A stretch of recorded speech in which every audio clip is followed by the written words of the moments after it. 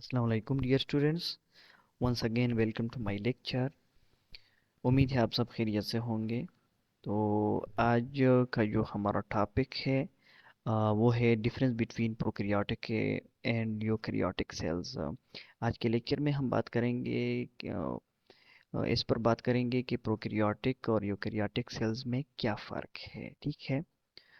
तो जब हम ये आप लोग याद रखें, जब हम दो चीज़ों के दरमियान फ़र्क करते हैं तो उसके लिए क्या करते हैं, एक बेस रखते हैं, एक बुनियाद रखते हैं। तो उस बेस पर हम क्या करते हैं, उन चीज़ों के दरमियान फ़र्क करते हैं। तो इस तरह हम इस लेक्चर में प्रोकैरियोटिक और यूकैरियोटिक के दरमियान फ़र्क करेंगे, लेकिन उसके लिए क्या करेंगे, मुख्तलिफ बेसिस रखेंगे। तो उन बेसिस पर हम इनके दरमियान फ़र्क करेंगे, डिफरेंसेस करेंगे। ठीक है।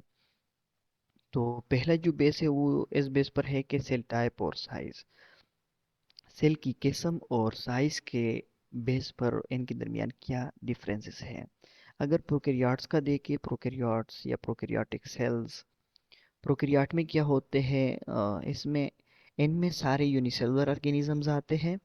और यूकैरियोट्स में या यूकैरियोटिक सेल्स में इनमें क्या आते हैं, यूनिसेलुलर ऑर्गेनिज्म। यूकैरियोट्स में यूनिसेलुलर ऑर्गेनिजम्स भी आते हैं और मल्टीसेलुलर ऑर्गेनिज्म दोनों आते हैं। ठीक है।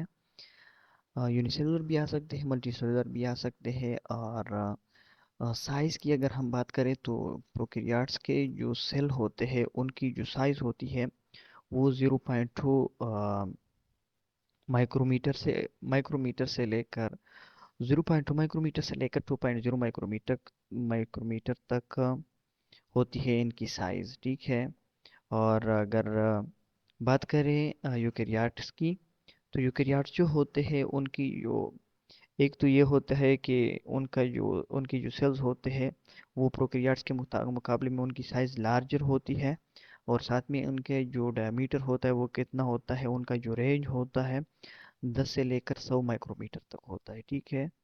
अब आते हैं सेल वॉल और न्यूक्लियस के बेस पर के प्रोकैरियोट्स में जो सेल वॉल होता है वो अमूमन क्या होता है, प्रोकैरियोट्स में अमूमन सेल वॉल प्रेजेंट होता है। ठीक है। और साथ में उसकी जो केमिकली कंपोजिशन होती है, उसकी वो कम्प्लेक्स होती है, वो पेचीदा होती है। ठीक है। और यूकैरियोट्स में सेल वॉल जो होता है ये ज़रूरी नहीं है, वो बाज़ यूकैरियोट्स में होता है सेल वॉल और बाज़ में नहीं होता। जिस तरह के एनिमल्स हो गए, एनिमल्स यूकैरियोट्स में आते हैं लेकिन उनमें सेल वॉल नहीं होता। लेकिन जिसमें जिन यूकैरियोट्स में सेल वॉल होता है तो वो क्या होता है, केमिकली सिंपल होता है, उसकी जो कंपोजिशन होती है वो सिंपल होता है। ठीक है। प्रोकैरियोट्स के प्रोकैरियोट्स की तरह उनकी कंपोजिशन कम्प्लेक्स नहीं होती। ठीक है। अब न्यूक्लियस की अगर हम बात करें तो प्रोकैरियोट्स में न्यूक्लियस नहीं होता। और उसमें क्या होता है, एक स्पेसिफिक रीजन होता है प्रोकैरियोट्स में जिसको हम क्या कहते हैं, न्यूक्लियोइड रीजन होता है, जिसमें क्या होता है, डीएनए प्रेजेंट होता है। उसमें न्यूक्लियस नहीं होता है प्रोकैरियोट्स में, ये याद रखें, इंपॉर्टेंट पॉइंट है। और यूकैरियोट्स में क्या होता है, न्यूक्लियस प्रेजेंट होता है जिसके अंदर डीएनए प्रेजेंट होता है। ठीक है। और इसमें न्यूक्लियस प्रेजेंट होता है यूकैरियोट्स में। अब बात करते हैं राइबोसोम्स एंड डीएनए की। राइबोसोम्स जो होते हैं, राइबोसोम्स और डीएनए ये दोनों क्या होते हैं, प्रोकैरियोट्स में भी होते हैं, यूकैरियोट्स में भी होते हैं। लेकिन फ़र्क इसमें क्या है, फ़र्क इसमें ये है, डिफरेंस इसमें ये है कि प्रोकैरियोट्स में जो राइबोसोम्स होते हैं वो स्मॉल होते हैं।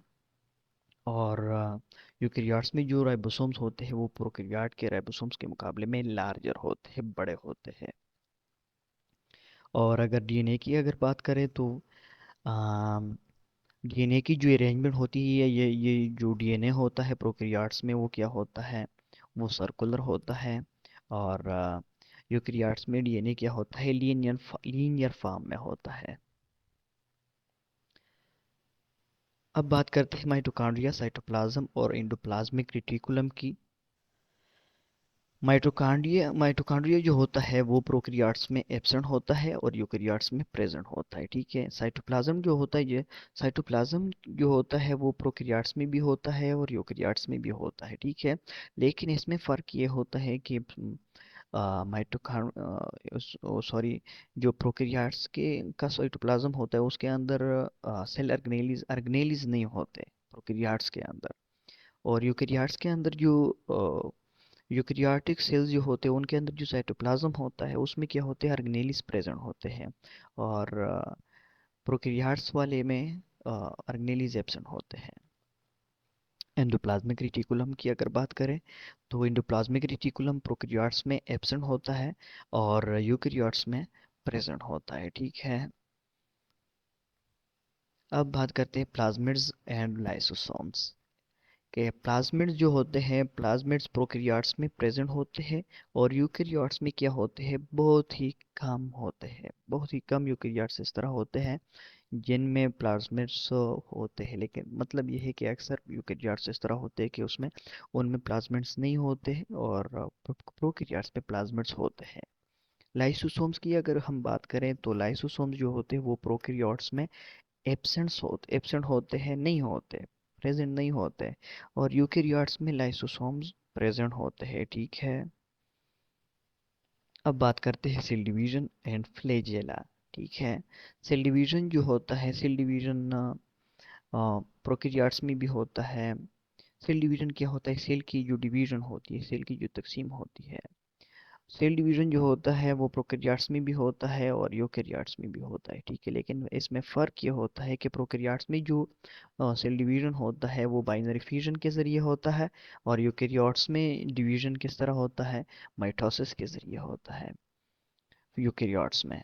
और फ्लैजेला की अगर हम बात करें, फ्लैजेला जो होता है वो प्रोकैरियोट्स में प्रेजेंट होता है और यूकेरियोट्स में। ये ज़रूरी नहीं है कि सारे सेल्स में, सारे यूकेरियोट्स में क्या होगा, फ्लैजेला प्रेजेंट होगा। ठीक है, ये ज़रूरी नहीं है, लेकिन जिसमें लेकिन वो यूकेरियोट्स जिनमें क्या होता है, वो यूकेरियोटिक सेल जिसमें फ्लैजेला प्रेजेंट होता है, वो उनका जो फ्लैजेला होता है प्रोकैरियोटिक के फ्लैजेला के मुकाबले में बड़ा होता है। और प्रोकैरियोट्स में जो फ्लैजेला होता है वो स्मॉल होता है साइज के लिहाज से। और रिप्रोडक्शन की अगर हम बात करें, रिप्रोडक्शन रिप्रोडक्शन जो होता है वो प्रोकैरियोटिक सेल्स या प्रोकैरियोट्स जो होते हैं, प्रोकैरियोट्स जो होते हैं वो जो रिप्रोडक्शन करते हैं या जो बच्चे पैदा करते हैं वो किसके ज़रिए करते हैं, किस तरीके से, एसेक्सुअली क्या करते हैं, रिप्रोडक्शन करते हैं। और यूकेरियोट जो होते हैं उसमें क्या होता है, सेक्सुअली रिप्रोडक्शन, एसेक्सुअल रिप्रोडक्शन भी होती है इनमें और सेक्सुअल रिप्रोडक्शन भी होती है और एसेक्सुअल रिप्रोडक्शन दोनों होते हैं रिप्रोडक्ट यूकेरियोट्स में। प्रोकैरियोट्स की अगर हम एग्जांपल ले लें तो बैक्टीरिया, आर्किया क्या होते हैं, ये प्रोकैरियोट्स में आते हैं। और यूकेरियोट्स तक का तो आप लोगों को पता होगा, प्लांट्स, एनिमल्स, ये सारे क्या आते हैं, यूकेरियोट्स में आते हैं। ठीक है, तो ये था आज का हमारा छोटा लेक्चर और interesting lecture, difference between prokaryotic and eukaryotic sales. उम्मीद है आप लोगों को अच्छी तरह समझ में आया होगा, लेकिन अगर कोई भी फिर भी कोई क्वेश्चन हो तो आप लोग कमेंट्स में पूछ सकते हैं। तो अपने लिए चैनल को सब्सक्राइब कीजिए ताकि मेरे नए वीडियोस आप लोगों को टाइम पे मिलते रहे। अल्लाह हाफिज़।